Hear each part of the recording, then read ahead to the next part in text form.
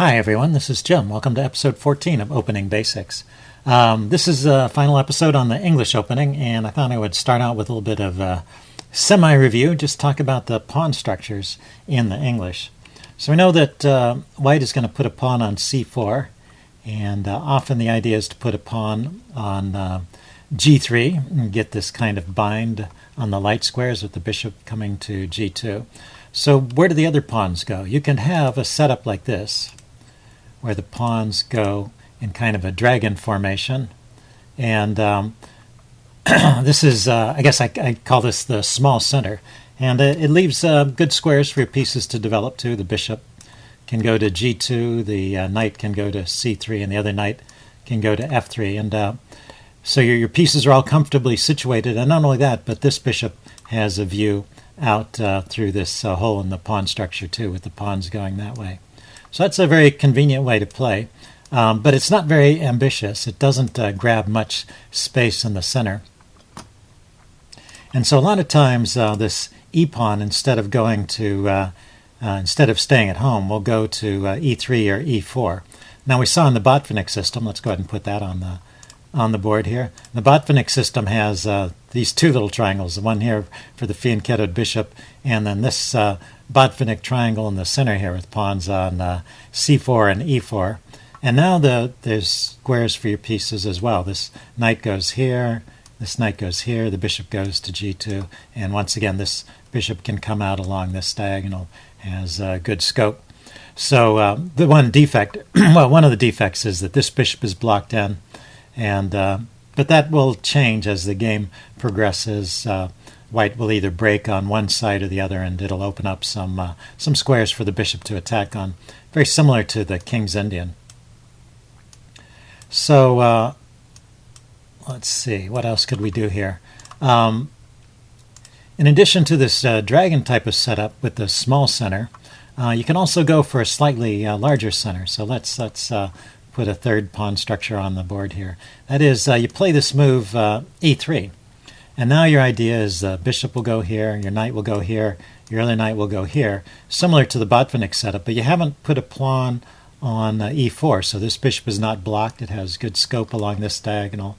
And your idea usually is to play for an eventual d4. This d-pawn could sit here on d2, it could advance to d3, or it could go all the way to d4 and claim a larger share in the center.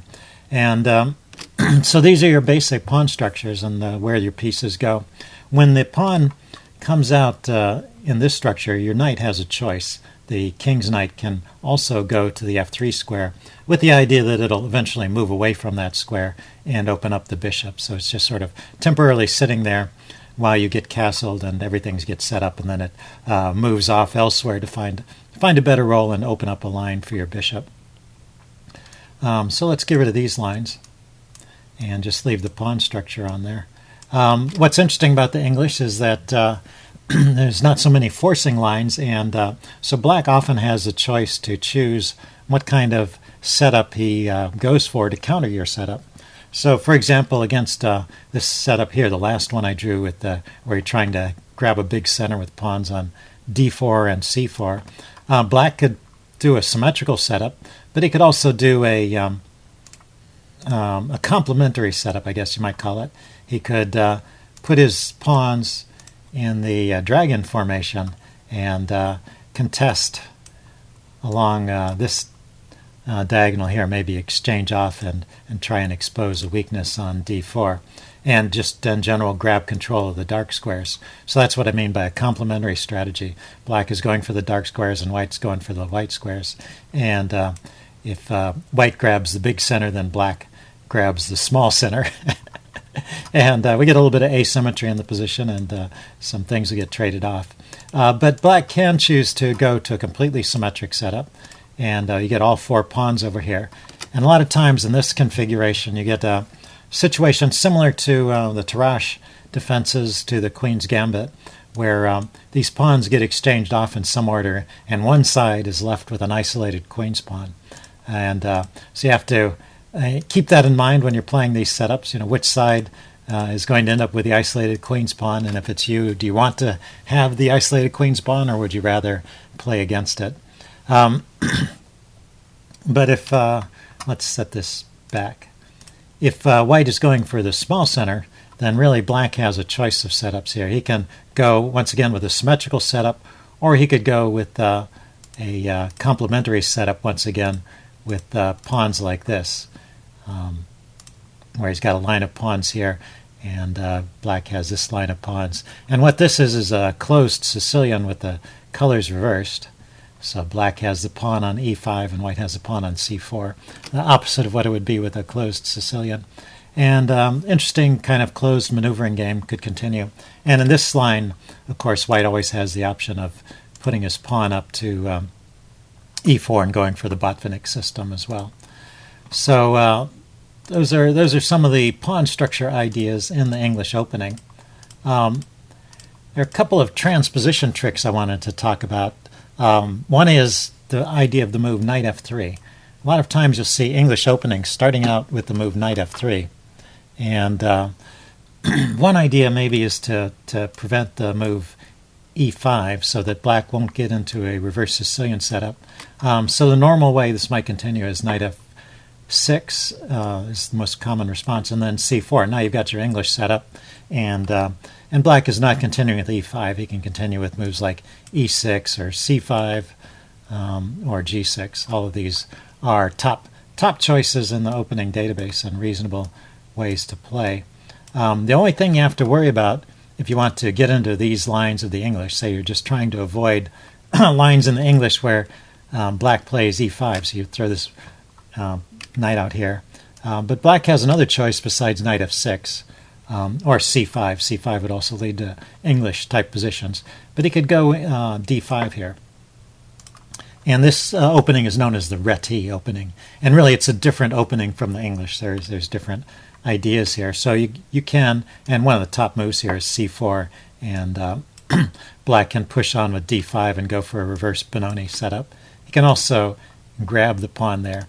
But it's a different opening. So as long as you're willing to play the reti, then you can start with this knight f3 move and then transpose into the English against other moves besides d4. Okay, but let's back up and go to an English opening here with c4. The moves I mostly talked about up to this point were c5, e5, and knight f6. All very logical moves and top choices. There's one other move which is in the top four.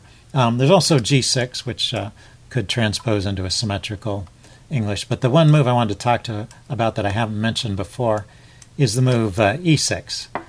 Kind of a interesting move. Once again, like knight f6, this is saying I will allow you to transpose back into a queen's pawn opening. If you play d4, I'm going to be happy, and I'm just get my usual queen's pawn setup. What's one interesting transposition possibility is that d4 is a top choice here, of course, but e4 is a move here, and then you can play d5, and after takes, and d4, we've actually transposed into a French defense. So we went from an English to a French, and that's just by playing this move e6 here, and then with the exchange. This is the exchange variation of the French defense. So that's one kind of transposition you can get. Of course, e4 is not the main move there. It's just an interesting playable move. Knight c3 probably for the players playing the English would continue with that. d5 is a top choice. I'm sorry. d4 is the top choice here, just transposing into a queen's pawn opening, but knight c3 is the second choice here, and this is for the player who wants to stay within the English system. And now you can go knight f6 and get into those lines that I talked about where you play similarly to a Nimzo-Indian. If white goes for this fianchetto, you can bring your bishop out here to b4, and with d4 you'd really have transposed into a Nimzo-Indian, but bishop g2 and castles and knight f3 and get this kind of setup. And what's the move? Yeah, you can play the move d5 here. So one idea with this setup where black has the pawn, the knight on f6 and the pawn on d6, is both of them are looking at the d5 square. So unlike other setups, if we back up for a second to the beginning, in those other setups where black plays the move c5 or e5, black is going after the dark squares and sort of ceding to white the light squares, so kind of giving up on this square d5. Whereas in these lines, when black is playing knight f6 and e6, he's fighting to keep some influence over this d5 square, and of course white is fighting to establish control of it. So it gives a different character to these openings. And again, this bishop pinning the knight, or it's not actually a pin because this d-pawn hasn't moved, but it's ready to exchange off this knight. It also gives black a little more influence over the d5 square. So he really is fighting for that d5 square. So after knight f3, and at this point, actually the most common move is actually to play d5 and bust it up.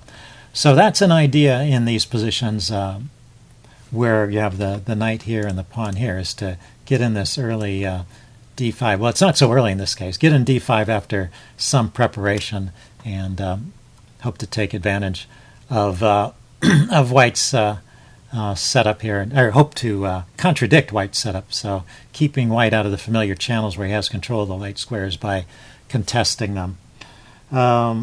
So I think that's everything I wanted to talk about in the English opening. If you guys want to add any comments to this video asking about particular lines, I will respond to them in the comments. In the next video, I am going to go back to the e4, e5 openings. In my Chess Basics series, I already covered the Ruy Lopez and the Italian game. So there's e4, e5, the knights come out, and then the bishop moves either to c4 or b5 for the Italian game, or the Ruy Lopez or Spanish game, it's also called. So those are covered pretty well already in Chess Basics. I'm not going to repeat that, but I'm going to look at other lines in e4, e5 openings. So stay tuned for that. I will see you soon. Bye.